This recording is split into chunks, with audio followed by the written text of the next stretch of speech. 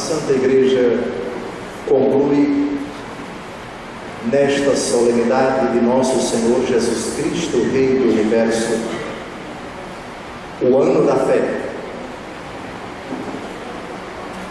que teve início em outubro do ano passado, por ocasião da comemoração dos 50 anos do Concílio Vaticano II e dos 25 anos da publicação do Catecismo da Igreja Católica. A finalidade do ano da fé é impulsionar no coração de todos os fiéis católicos aquelas verdades consignadas no credo e que são o fundamento, o alicerce, a razão, o sentido da nossa fé católica. Despertar nas memórias, nas inteligências e principalmente na vontade, levando a comunidade cristã a fundamentar, a fortalecer, a solidificar e a traduzir em palavras e atos essa virtude teologal sem a qual é impossível agradar a Deus. Durante esse ano da fé, tivemos a ocasião de recordar aquelas verdades transmitidas pelos apóstolos ao longo dos séculos e que são conservadas, inalteradas pela Igreja, a saber: eu creio em Deus Pai Todo-Poderoso, que é Criador do céu e da terra, de todas as coisas visíveis e invisíveis. Creio que Jesus Cristo é o Filho de Deus, é verdadeiro Deus e verdadeiro homem, gerado, não criado, consubstancial ao Pai, e que por nós homens e pela nossa salvação encarnou-se, nasceu no ventre de Maria Virgem, padeceu, foi crucificado, morto, sepultado, desceu à mansão dos mortos, aonde foi pregar a boa notícia aos que partiram na expectativa deste grande acontecimento. Ao terceiro dia ressurgiu conforme as Escrituras, subiu aos céus, onde assentou-se à direita do Pai, e de onde há de vir para julgar os vivos e os mortos. E o seu reino não terá fim. Eu também creio no Espírito Santo, que é Senhor e fonte da vida. Ele procede do Pai e do Filho, e com o Pai e o Filho é adorado e glorificado. Creio na Igreja una, santa, católica e apostólica. Professo um só batismo. Creio na remissão dos pecados. Creio na ressurreição dos mortos. E creio na vida que há de vir. Essas verdades que professareis, caríssimos cristãos, com a comunidade dentro de poucos instantes, é a síntese da nossa fé católica. Tudo que está no credo, eis as convicções básicas que devemos professar e traduzi-las com atos de homens renovados, homens e mulheres que experimentaram pelo batismo uma vida nova e já pertencem à comunidade dos eleitos do Pai em Cristo na força do Espírito, e nela labutam, nela testemunham a sua fé, na esperança do mundo que há de vir. E numa feliz providência, o Frei Emídio, vosso pároco, escolheu esta data, o pôr do sol deste 34º domingo do tempo comum, que liturgicamente já é domingo. Para o judeu, o dia do Senhor começa com o pôr do sol da véspera. Domingo, dies Domini, dia do Senhor. Para o judeu, o dia santificado é o sábado, que começa com o pôr do sol da véspera. Para nós, o dia santo por excelência, o dia mais importante da semana, aquele de que fala o Salmo 117, este é o dia que o Senhor fez para nós, alegremos-nos e dele exultemos. Dia chamado pelo Apocalipse, capítulo 1, versículo 10, de domingo, única vez na Bíblia que esta palavra aparece, é o primeiro dia da semana. O sábado da antiga aliança cede lugar ao primeiro dia da semana, que para nós é o dia santo, por excelência, por antonomasia, porque é o dia em que o Senhor venceu a morte. A madrugada do primeiro dia da semana, conforme narram os Evangelhos. Queridos crismandos, nessa feliz providência, somos chamados a refletir, primeiro, cravando os nossos olhos nas leituras que acabamos de ouvir, no sentido da solenidade de nosso Senhor Jesus Cristo, Rei do Universo. Pode parecer uma festa triunfalista da igreja. Tem sentido falar de Jesus, Rei do Universo, ali onde ele parece não reinar? Reinado significa soberania de um rei diante dos vassalos, diante daqueles que integram o seu reinado. O rei é aquela figura monárquica que detém toda a autoridade do seu reino. Mas verdadeiramente Jesus é rei ali onde existem injustiças? A fome em tantos lugares do mundo, a violência, as guerras, tantas injustiças sociais. Pode-se falar de realeza de Jesus num mundo tão convulsionado por tantos pecados? A resposta é sim, desde que compreendamos bem o sentido das leituras que nós acabamos de ouvir. Essa imagem, Jesus Cristo, Rei do Universo, ela é tirada do mundo oriental antigo, onde o governo, seja no tempo de Jesus, seja antes, eu disse antes porque temos que refletir a primeira leitura que nós acabamos de ouvir, era um mundo onde não se falava de democracia, literalmente falando, governo do povo, uma invenção na Grécia. Mas não estamos na Grécia no tempo da primeira leitura que acabamos de ouvir. Nós estamos no ano 1100 antes de Cristo.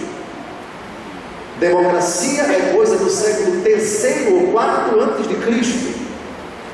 Depois de Alexandre o Magno, Alexandre o Grande, Macedônia, hoje Grécia, é que se começa a falar de democracia no sentido que nós entendemos hoje no Ocidente.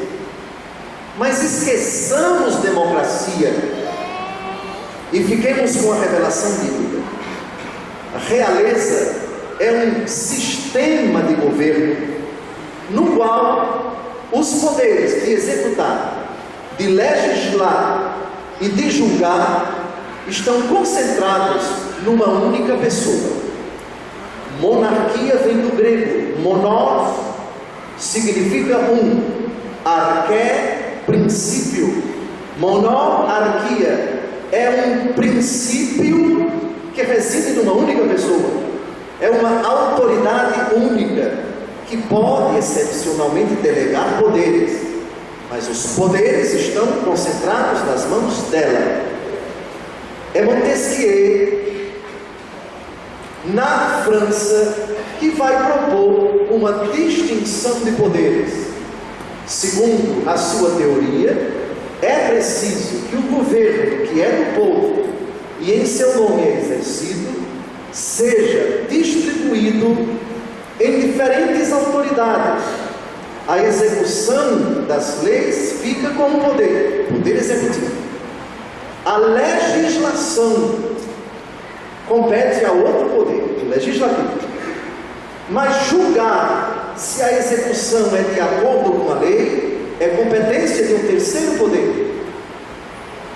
Aqui no Brasil tivemos 3 poderes e parece que tivemos um quarto chamado de poder moderador. Deixemos de lado a história, eu disse apenas isto para nós nos colocarmos na mentalidade daquele tempo, para não baratinarmos a nossa cabeça quando tratarmos desta instituição que em Israel é consolidada na primeira leitura que nós acabamos de ouvir. Antes disso, nós tínhamos em Israel pessoas carismáticas escolhidas por Deus para julgar as vicissitudes, as brigas, as arengas, as pendengas no meio do povo. Era a época dos juízes. Há um livro do Antigo Testamento que narra a história de Israel nessa época. Lembram de Débora? Lembram de Sansão? Esses eram os juízes. É o período anterior à realeza. Só que esse sistema provisório quase que tribal não respondia às exigências do povo. E eles pediram um rei. Todas as tribos de Israel se encontraram com Davi em Hebrom e disseram: aqui estamos, somos teus ossos e tua carne.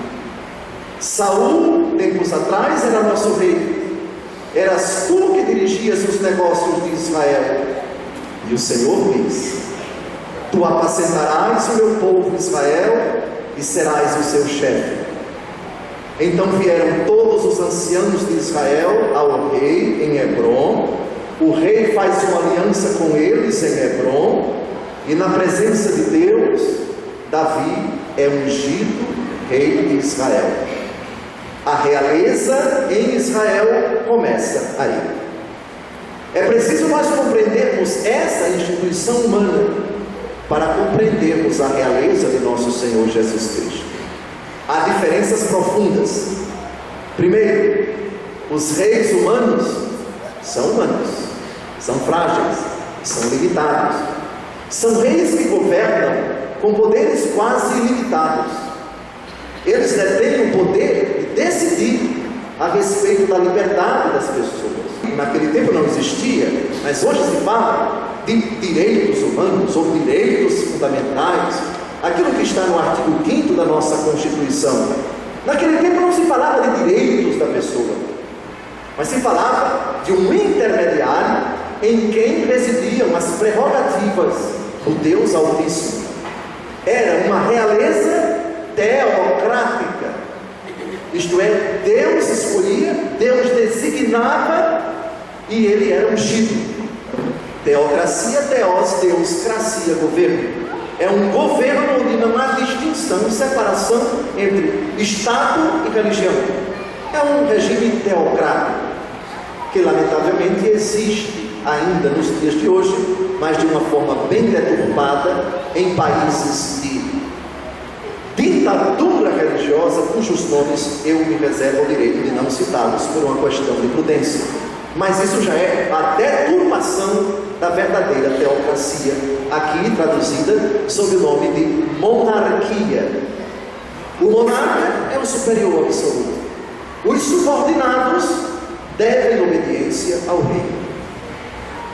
Jesus Cristo, no Evangelho de hoje, ele que veio da tribo de Judá, ele que nasceu segundo a carne, judeu, ele que por causa disso se encontra na linha da continuidade daquilo que chamamos de imagem, de prefiguração, de profecia. Ele cumpre as profecias. Ele é o verdadeiro rei de Israel. É o rei que, porém, vai exercer sua realeza com categorias absolutamente não deste mundo. O meu reino não é deste mundo. Voltemos à questão do rei. O rei é o superior. Acima dele ninguém, como ele ninguém.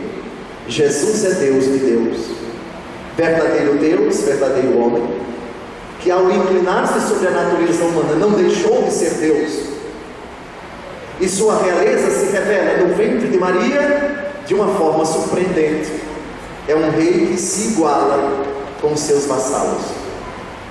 É um rei que, sem deixar de deter, sem deixar de ter suas prerrogativas divinas, vem ao nosso encontro, assume a nossa carne, identifica-se com nossa dor, utiliza a nossa linguagem, come o que comemos, sua como suamos, adoece como adoecemos, é tentado como somos tentados. Tudo que é próprio da natureza humana foi próprio de Jesus, com exceção do pecado. Mas porque ele se encarnou? Por amor. Aqui já temos uma nota destoante daquilo que era o sentimento comum da realeza no mundo antigo. O rei é rei. O rei não ama o seu povo. O rei defende o seu povo, mas pensando antes de tudo em manter o seu status quo. Ele deve defender o povo porque assim ele garante a unidade política, religiosa, econômica, enfim, dos seus vassalos. E para isso, ele precisa gozar da simpatia do povo, tem que agradar ao povo, tem que dar um retorno para que o povo, por sua vez, possa dizer, como tem na moeda, na libra esterlina dos ingleses, God save the Queen, Deus salve a rainha. Certo? Ainda perdura a monarquia, não como no Antigo Testamento, na Inglaterra e em outros países, mas aqui o rei não era de forma alguma condicionado ao pensamento do povo. Ele governava com poder, ostensivamente. Quando precisava reprimir, reprimia. Quando precisava usar a força, usava. Só que o rei Jesus não usa a força, não vem ostensivamente, vem humilde, vem pobre, vem despojado. É São Paulo na segunda leitura que diz: ele nos tornou capazes de participar da luz que é a herança dos santos, e nos libertou do poder das trevas, e nos recebeu no reino do seu Filho amado. Veio reconciliar consigo todos os seres, realizando a paz pelo seu sangue derramado na cruz. A realeza de Jesus consiste no seu despojamento, no seu aniquilamento. Ele se torna grande porque se fez pequeno.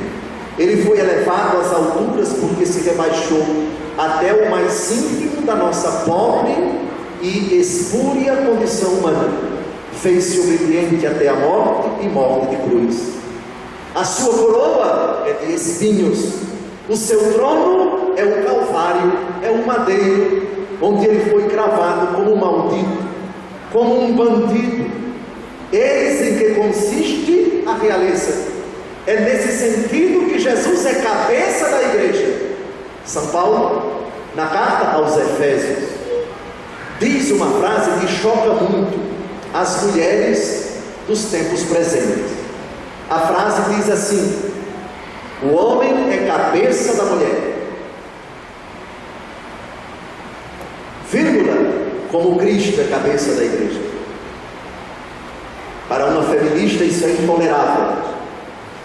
Ela chega a dizer que São Paulo é o mais terrível dos machistas, mas não é nada disso.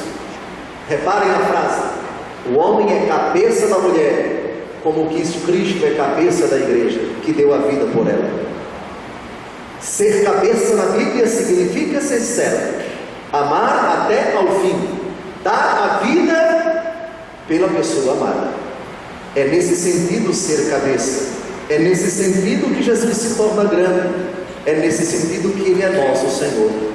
Triunfa sobre a morte, passando por ela. Vence o pecado, expondo-se ao inimigo, derramando o seu sangue por todos nós. Ora, esta realeza de Cristo, consolidada por ocasião da sua ressurreição, é aqui descrita em tons dramáticos no diálogo de alguns soldados com nosso Senhor Jesus Cristo, e de alguns transeuntes que debocham de nosso Senhor na cruz. A outros se salvou, salve-se a si mesmo, se de fato é o Cristo de Deus o escolhido. Os soldados caçoavam dele, ofereciam-lhe vinagre e diziam: se és o rei dos judeus, salva-te a ti mesmo. Este é o rei dos judeus, colocaram no letreiro para debochar de nosso Senhor. Não bastassem essas provocações, esses impropérios, um dos malfeitores crucificados o insultava: tu não és o Cristo? Salva-te a ti mesmo e a nós. Já o outro ladrão, com bom senso, retruca a esse estúpido que está para morrer e não cessa de blasfemar contra nosso Senhor. Nem sequer temes a Deus, tu que sofres a mesma condenação? Para nós é justo, porque estamos recebendo o que merecemos, mas ele não fez nada de mal. As últimas palavras de Jesus para o agonizante ladrão que acabara de dizer isto, já arrependido, foram: hoje estarás comigo no paraíso. Isso porque esse ladrão disse: Jesus, lembra-te de mim quando entrares no teu reinado. O reinado de Jesus começa quando o seu amor por nós chega às últimas consequências. Só se pode reinar verdadeiramente amando até o fim. Agora voltemos àquela pergunta crucial: onde está a realeza de Jesus nos tempos de hoje? Ali onde a verdade triunfa sobre a mentira, ali onde a justiça, mesmo pressionada, ali onde a seriedade, a coerência com a verdade triunfa diante de tanta mentira e manipulação, ali onde o ódio é combatido pelo bom senso, pela caridade, pela solidariedade, ali onde as estruturas de pecado são enfrentadas, não sem grandes dificuldades, ali Cristo reina, não sem grandes dificuldades. Lembrai-vos, o reinado de Jesus manifesta-se plenamente na cruz. Tendo amado os seus que estavam no mundo, amou-os até o fim. É um reinado sempre em construção. Não é uma estrutura, uma instituição da República consolidada, nada disso. É um reinado que se constrói, que se semeia e que cresce graças à colaboração dos integrantes do reino. É um rei que, para reinar, espera e muito da colaboração dos seus subordinados, dos seus vassalos. Somos nós os seus discípulos. Por isso, crismandos, quanto mais fordes fiéis e obedientes a Jesus, quanto mais responderdes ao seu apelo na força do Espírito Santo, quanto mais coerentes fordes na fé que professais, mais o reino de Deus se fortalece. Romanos capítulo 14, versículo 27 diz: o reino de Deus não consiste em comida nem em bebida, mas é justiça, paz e gozo no Espírito Santo. Não se pode dizer que o reino de Deus está aqui ou ali. O reino de Deus está entre vós, disse nosso Senhor Jesus Cristo. É um reino, portanto, atípico, que não é quantificado por pesquisas de opinião pública, que não está consignado no site do DIEESE, nem nos índices sociais. Não tem nada a ver. São critérios morais, são valores espirituais, são princípios, os alicerces do reino. Repito, o reino de Deus que não se enquadra em nenhuma categoria filosófica, ideológica, antropológica, financeira, social, política, seja lá o que for. É um reino de outro âmbito, de outra categoria. Reino do qual fazeis parte pelo batismo, e que hoje, como sacramento da confirmação, vai ser, como o próprio nome do sacramento diz, confirmado. Depois de explicarmos as leituras da liturgia desse domingo, digamos algumas palavras sobre esse sacramento que recebereis. Primeiro, a noção de sacramento.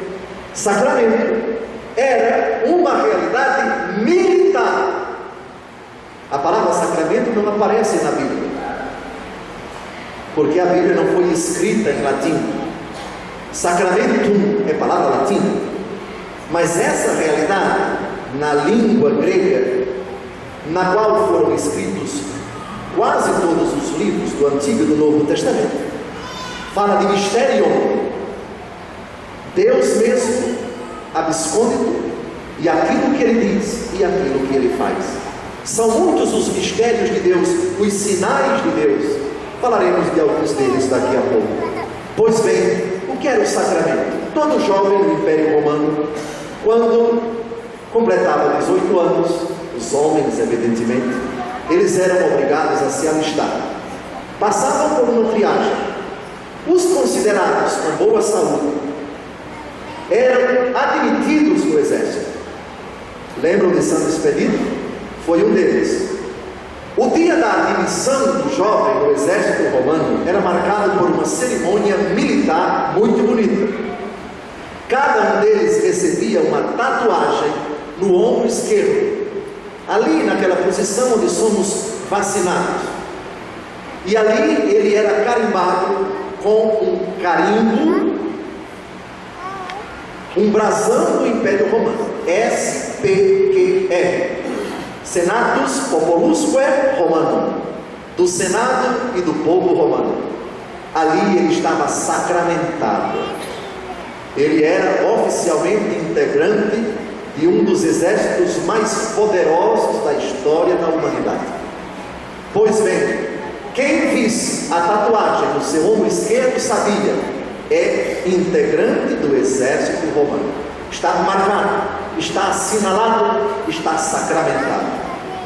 A igreja pegou essa simbologia, a igreja pegou essa nomenclatura e aplicou-a para sete sinais instituídos por nosso Senhor Jesus Cristo, seja diretamente Ele mesmo instituíra, ou seja por meio dos apóstolos. Sacramento é um sinal sensível da graça de Deus invisível para a santificação dos homens. É a definição clássica de Santo Agostinho. Deus se utiliza em Cristo e na força do Espírito de sinais sensíveis, de matérias que se encontram na natureza, para que sejam informadas por palavras e por meio desse rito elas transmitam a graça de Deus para os homens. Jesus instituiu 7 sacramentos, assim definiu a igreja. 7 é o número da totalidade, é o número da plenitude. Essas línguas de fogo que vocês têm neste manto vermelho, elas evocam uma profecia de Isaías, capítulo 11, versículo 1, de que trataremos daqui a pouco. Lá se encontram os 7 dons do Espírito Santo. 7 é número de totalidade, é o número que significa perfeição, o número que significa plenitude. Esses sacramentos têm uma relação tremenda com a aventura da nossa vida, caríssimos crismandos.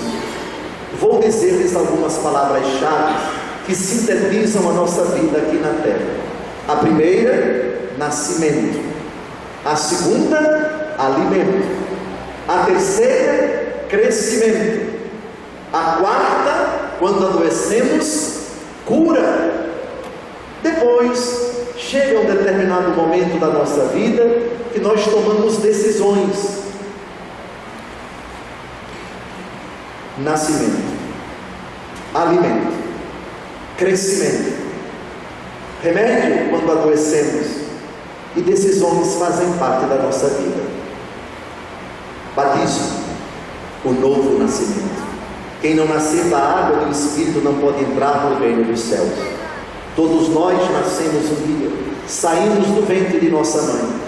Espiritualmente, o Senhor quis um sacramento por meio do qual morrêssemos para o pecado e experimentássemos uma vida nova. O batismo é o novo nascimento. Qual é a primeira coisa que a criança faz depois que nasce? Depois que se faz a asepsia, depois que ela passa por um banho bem gostoso, chorando o tempo todo, evidentemente, é preciso levá-la ordinariamente para o seio da sua mamãe, para se alimentar pela primeira vez. E isso ela o faz de forma bem gulosa, para a felicidade da sua mãe. Quem nasce para Deus precisa, para crescer, de alimento. O primeiro alimento é a palavra de Deus, escrita, pregada e interpretada pela igreja.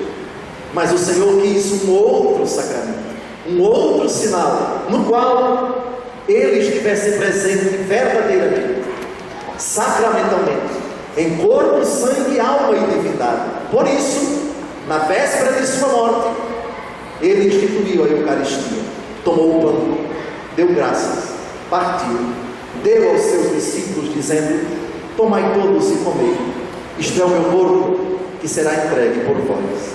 Tomou o cálice com vinho e pronunciou palavras parecidas: tomai todos e bebei, este é o cálice do meu sangue, o sangue da nova e eterna aliança, derramado por vós e por todos, para a remissão dos pecados.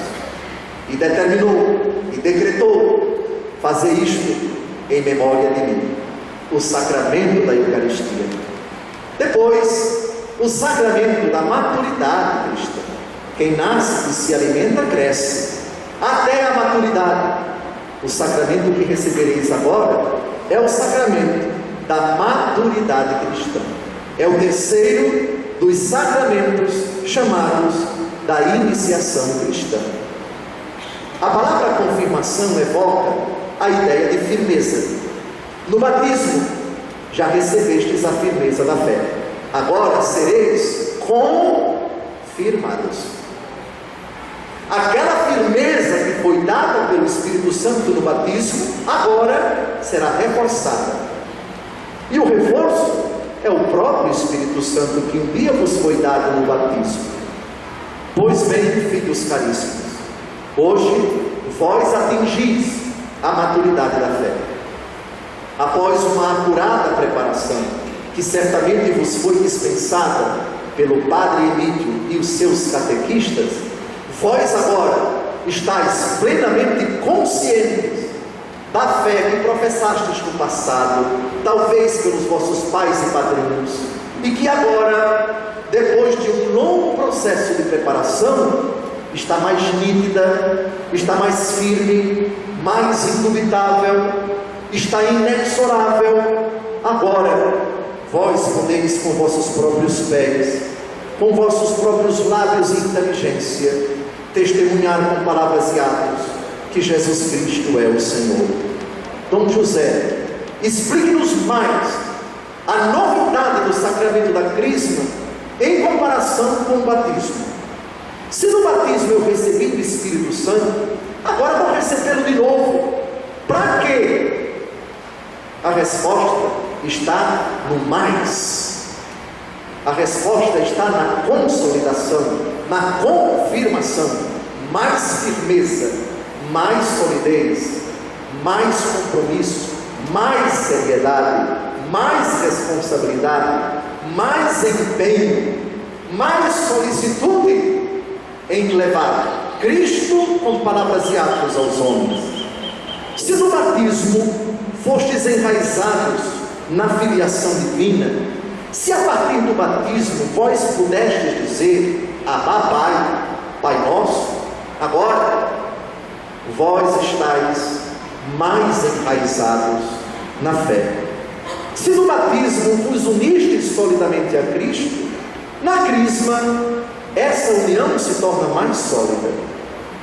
Se no batismo recebestes os dons do Espírito Santo, sabedoria, inteligência, conselho, fortaleza, conhecimento, piedade, temor de Deus, de que fala a profecia de Isaías, capítulo 11, de 1 a 2, agora esses dons serão aumentados, incrementados. Se com o batismo vos vinculastes à igreja, esse vínculo agora se torna mais estreito. Se no batismo uma força especial do Espírito Santo vos foi dada para difundir e defender a fé católica, agora essa força é recobrada, é dada com mais intensidade. Vós recebereis agora um caráter, um sinal, uma marca que não poderá ser tirada jamais. Esse caráter se chama indelével.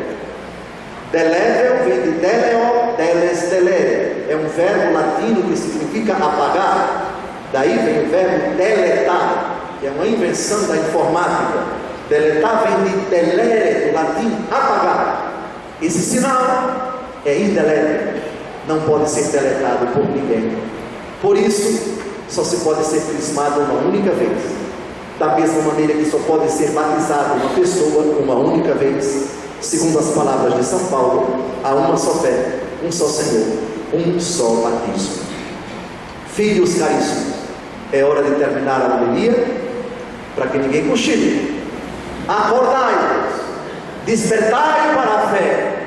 O mundo espera de vós coerência e firmeza. Vivei coerentemente com a fé, que agora, com as velas acesas, professareis, como fizestes tantas vezes ao longo da vida. Não vos envergonheis jamais da vossa fé católica.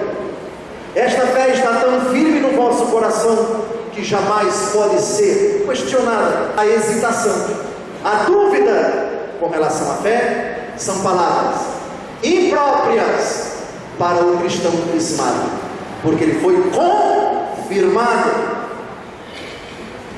Um crismado jamais muda de religião, porque o crismado está confirmado na fé, tem sua fé confirmada, e fé é certeza, posse antecipada do que se espera, certeza daquilo que não se vê. É a definição de fé, Hebreus capítulo 11, versículo 1. Por isso, o fenômeno da mudança de religião, do trânsito religioso, fulano uma hora está nessa religião, outra hora está naquela outra, outra hora está naquela outra, para o crismando soa como uma piada de mau gosto, porque se fé é certeza, e eu tenho certeza, nunca vou mudar.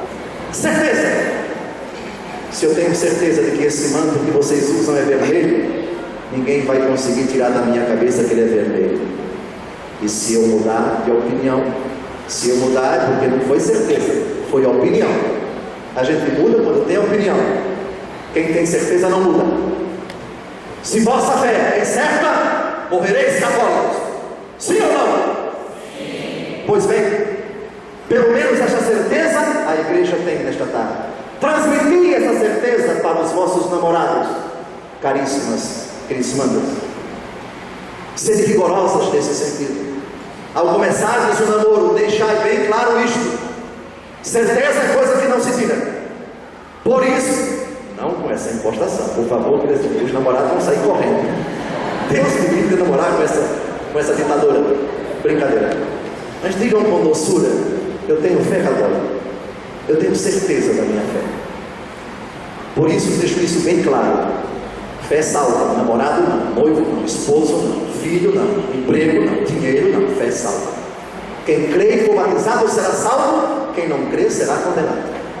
Esta fé, que hoje adquire certeza, ela deve permear vossos namoros, vossos noivados, vossos matrimônios, a educação dos vossos filhos, os vossos relacionamentos no trabalho, na amizade, na quadra, na vizinhança, no esporte, em todos os âmbitos. Sedes pessoas certas. A fé é certeza daquilo que não se vê. Estais certos daquilo que ires professar agora? Pois bem, Jesus ficará imensamente feliz com esse testemunho de fé que agora, com as velas acesas, vós fareis. Vivei nesta certeza, orgulhai-vos santamente por pertencerdes à única igreja de nosso Senhor Jesus Cristo. Disso temos certeza, nem é arrogância nem é desprezo para as outras convicções. É nossa certeza e ninguém é obrigado a acreditar nisto. E se protestar, merece o nome de protestante. Nós temos a nossa certeza, nós temos a nossa identidade, nós temos as nossas convicções, respeitamos quem tem certezas, mas temos as nossas. E é nessa certeza que temos que viver, e é nessa certeza que temos que pautar a nossa conduta. É essa certeza que, se permanecer firme e inabalável no nosso coração até ao fim da vida, possibilitar-nos a salvação eterna. Quem perseverar até o fim será salvo. Louvado seja nosso Senhor Jesus Cristo.